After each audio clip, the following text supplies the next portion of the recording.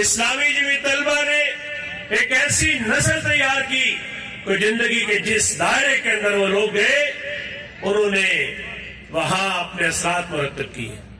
آج بھی اگر کوئی بیوروکریسی کے اندر کوئی آر پی او اچھا آ جائے, کوئی سیشن جج ایماندار آ جائے, کوئی ڈپٹی کمشنر اچھا آ جائے, کوئی ڈی پی او اچھا آ جائے تو لوگ پتہ کیا کہتے ہیں, اے جماعتیہ وڑا میں اے رشوت نہیں لیتا.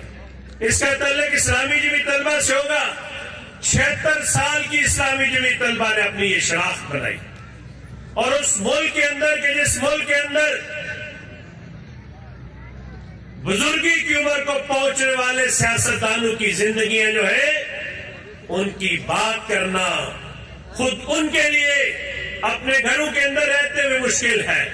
اور وہ جو مدینے کی ریاست بنانے چلے تھے, ہماری آنکھوں کے سامنے بخیے اجڑ گئے.